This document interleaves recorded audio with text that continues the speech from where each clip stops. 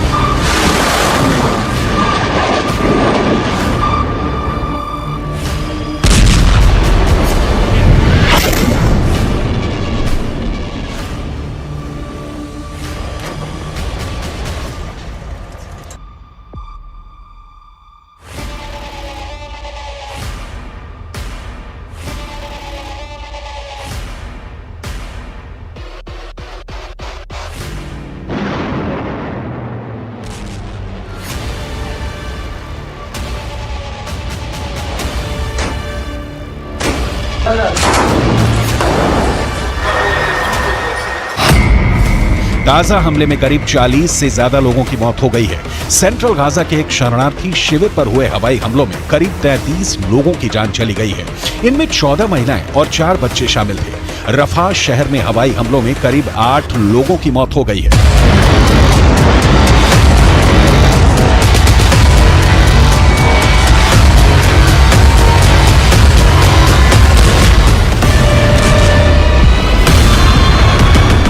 हर बीतते दिन के साथ इजराइल गाजा पर अपना नियंत्रण बना रहा है। खान यूनुस में इस वक्त इजरायली सेना भीषण बमबारी कर रही है। खान यूनुस ने गाजा के कई बड़े शहरों पर इजरायली सेना ने हमले तेज कर दिए हैं। इजरायल के प्रधानमंत्री बेंजामिन नेतन्याहू को बहुत गौर से सुनिए, क्योंकि जिन्हें युद्ध विराम की उम्मीद दिख रही है उन्हें बहुत निराश होना पड़ेगा। बंधकों की मौत की हमास वाली धमकी का इजरायल के प्रधानमंत्री बेंजामिन नेतन्याहू के ऊपर कोई असर नहीं दिख रहा है। אנחנו נשיג את כל יעדינו, חיסול החמאס, שחרור כל חטופינו, והבטחה שעזה לא תהפוך מחדש למוקד טרור, הסתה נגד מדינת ישראל והתקפות נגד מדינת ישראל. אנחנו נמשיך להילחם עד הסוף למען הנופלים ולמען הבטחת חיינו כאן בארץ ישראל. इजरायल फिलिस्तीन की जंग देखते देखते कई पीढ़ियां गुजर गईं, लेकिन 2023 में जिस तरीके से युद्ध छिड़ा है उसने तबाही की नई कहानी लिख दी है। इजरायल इस इरादे के साथ मैदान में उतरा है कि हमास के अंतिम आतंकी के जिंदा रहने तक गोली चलाते रहना है, जबकि हमास इसकी कोशिश कर रहा है कि बीते सालों की तरफ बंधकों के नाम पर वो युद्ध विराम करवाएगा, संयुक्त राष्ट्र में आवाज उठाएगा और विश्व बिरादरी से इजरायल पर दबाव बनवाएगा कि वो हमास पर हमला नहीं करे। हमास की ये कोशिश आंशिक रूप से रंग भी ला रही है। अमेरिका ने इजरायल को 2 टूक कहा है कि हमास के आतंकियों को मौत की नींद सुलाने के दौरान ये ख्याल रखा जाए कि किसी आम फिलिस्तीनी की इसमें मौत ना हो। लेकिन युद्ध में इजरायल इस कदर उलझा हुआ है कि अपनों तक को पहचानने में इजरायली सेना से भूल हो रही है। इन 3 युवकों को हमास ने 7 अक्टूबर को बंधक बना लिया था।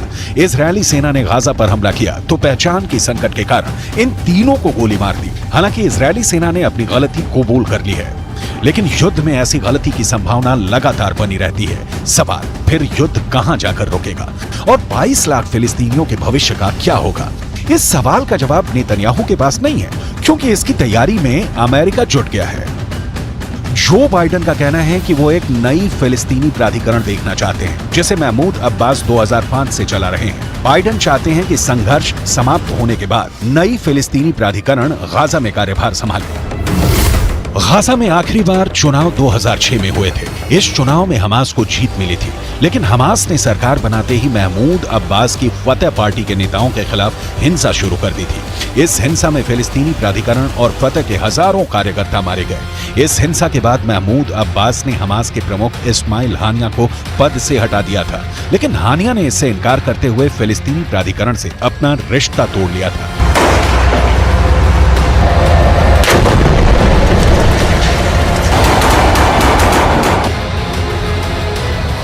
गाजा का क्या होगा? ये तभी तय होगा जब युद्ध समाप्त होगा या युद्ध विराम होगा, और ये दोनों सूरतें फिलहाल तो कम से कम नहीं दिख रही हैं। हाँ, एक बात जो अब तक युद्ध के दौरान देखी गई वो ये कि अरब वर्ल्ड का कोई भी देश हो हमास के साथ जमीन पर युद्ध लड़ने के लिए तैयार नहीं है, ना ही खुलकर मदद देने के लिए राजी है। यमन के हूथी विद्रोहियों के हमले या लेबनान के हिजबुल्लाह लड़ाकों के अटैक इजरायल को रोक पाने में समर्थ नहीं है, और इजरायल तभी युद्ध विराम करेगा जब हमास के अंतिम आतंकी को मारकर वो गाजा पर कब्जा कर ले।